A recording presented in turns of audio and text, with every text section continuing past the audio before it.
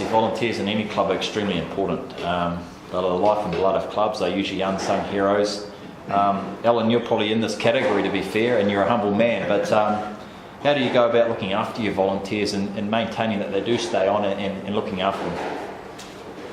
Don't get them to do too much, I guess. Don't overload them. The committee, a bunch of volunteers, as we already said, and I guess they have an expectation that there's some duties around what they're committed to, but outside of the committee, there's a great bunch of people within the club, and when we can, we ask them to do stuff. If it's around tournaments, we get them in the kitchen, get them behind the bar, just do the barbecue, whatever it is, and there's always people that will say yes, but you just don't want to be harping on it all the time, or trying to push it. But otherwise, we're pretty happy with our membership in terms of their response. Working bees, things like that. We get a reasonable response.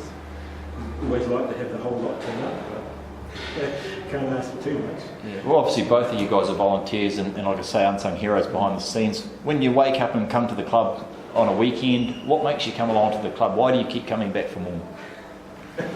Want to answer that one? Something I'm a glutton for punishment.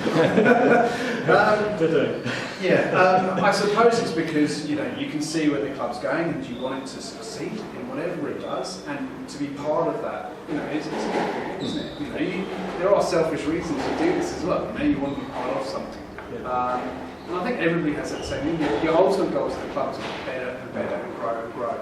And if you can do that while you're in the driving seat, fantastic. If it happens and you're on the outskirts, it's just as good, But I think if you just turn up and play squash, and that's what some people want to do. We can't be annoyed at them. That's what they pay to do, And then that's their entitlement. And we have lots of members who just want to come here, not worry about anything, play squash. But I think after a little while of doing that, you start realising there's a bit more to do behind the scenes, and you have to give back at some point. I guess you could talk a little bit about culture as well, in terms of historically the club's been a managed club a number of years ago, and once you've got a full-time manager in, or someone that's in here reasonably long hours, people tend to leave things to them, and so as far as the club goes, it becomes a club where you just come down, play your game, go home.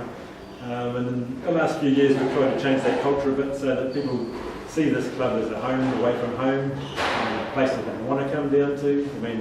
But for me personally, it's another one of those outlets where you can come down, have a good old bash and have a drink or two and hopefully catch up with some of your mates, and that's really what we've been trying to endeavour to get in the last number of years, is that away from a managed business as such and more into a club where it's a bunch of people that want to be here for the same reasons, I guess.